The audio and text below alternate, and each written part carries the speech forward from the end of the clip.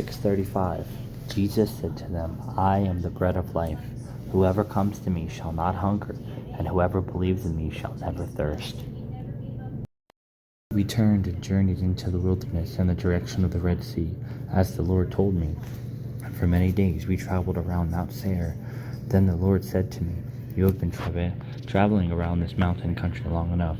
Turn northward and command the people.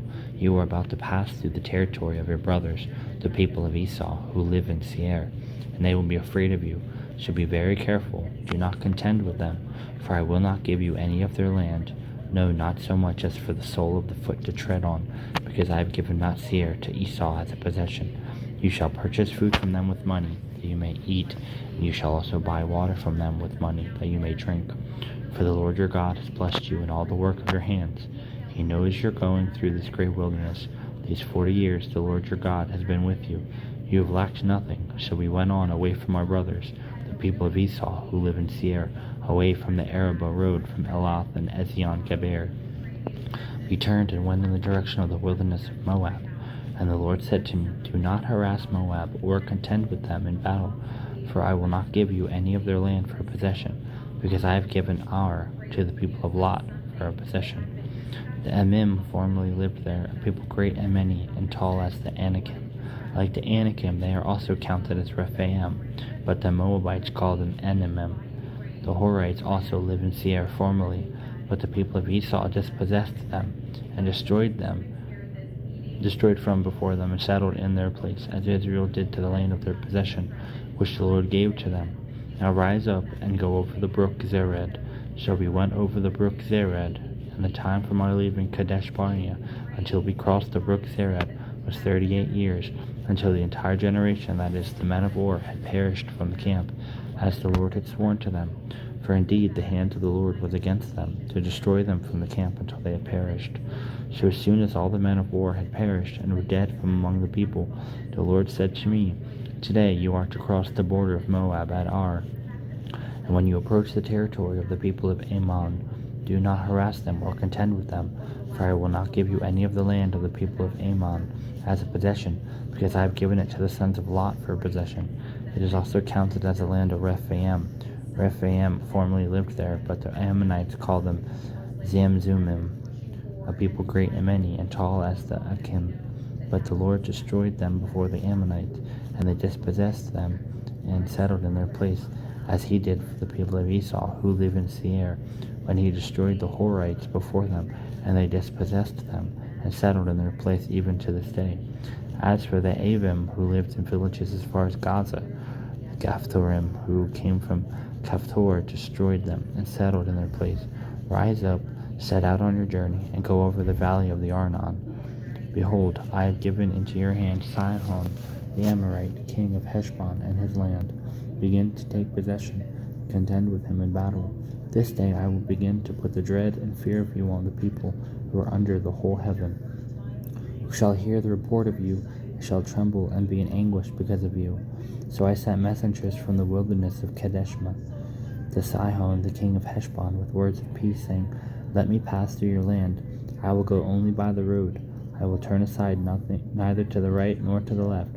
You shall sell me food for money that I may eat, and give me water for money that I may drink. Only let me pass through on foot, as the sons of Esau who live in Seir, and the Moabites who live in Ar did for me, until I go over the Jordan into the land that the Lord our God has given to us. But Sihon the king of Heshbon would not let us pass by him, for the Lord your God hardened his spirit, and made his heart obstinate, that he might give him into your hand as he is this day. And the Lord said to me, Behold, I have begun to give Sihon and his land over to you. Begin to take possession. You may occupy his land.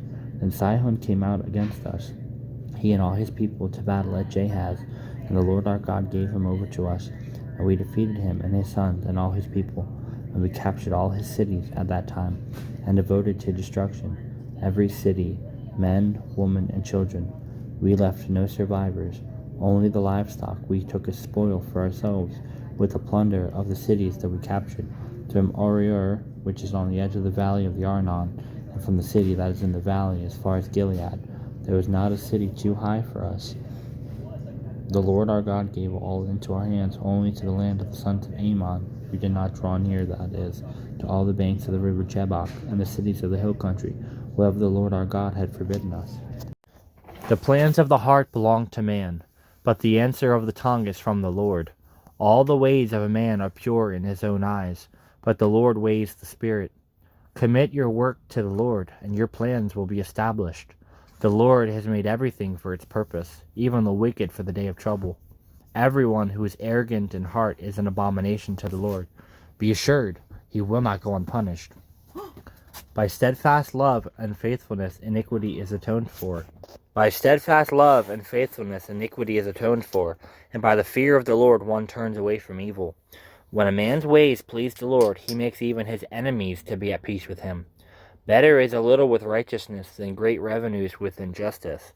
The heart of man plans his way, but the Lord establishes his steps. An oracle is on the lips of a king.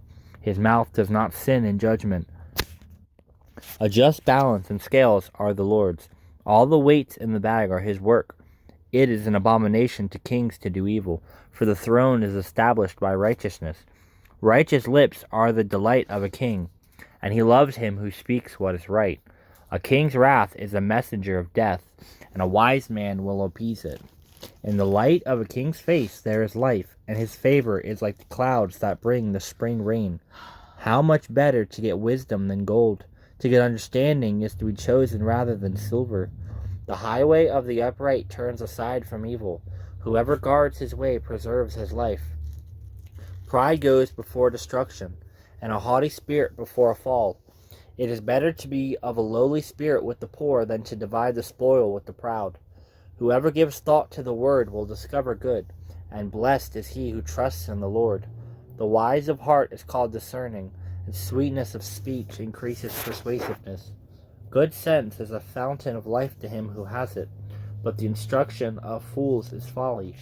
The heart of the wise makes his speech judicious, and adds persuasiveness to his lips.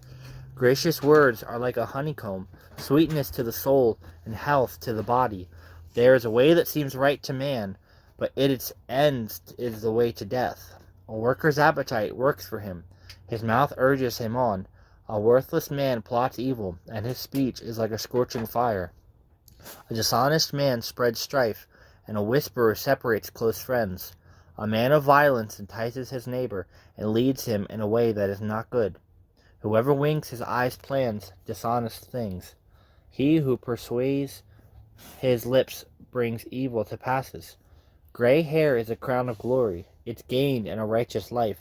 Whoever is slow to anger is better than the mighty, and he who rules his spirit than he who takes the city. The lot is cast into the lap, but every decision is from the Lord. Look to me continually for help, comfort, and companionship, because I am always by your side. The briefest glance can connect you with me. When you look to me for help, it flows freely from my presence. This recognition of your need for me in small matters as well as in large ones keeps you spiritually alive. When you need comfort, I love to envelop you in my arms. I enable you not only to feel comforted, but also to be a channel through whom I comfort others. Thus, you are doubly blessed, because a living channel absorbs some of whatever flows through it. My constant companionship is the piece de resistance, the summit of salvation blessings. No matter what losses you experience in your life, no one can take away this glorious gift. Psalm 34, 4-6. I sought the Lord, and he answered me. He delivered me from all my fears. Those who look to him are radiant. Their faces are never covered with shame. This poor man called, and the Lord heard him. He saved him of all of his troubles. Psalm 105:4. Look to the Lord and his strength, and seek his face always. 2 Corinthians 1:3-4. Praise be to the God and Father of our Lord Jesus Christ, the Father of compassion, and the God of all comfort, who comforts us in all our trouble, so that we can comfort those in any trouble with the comfort we ourselves have received.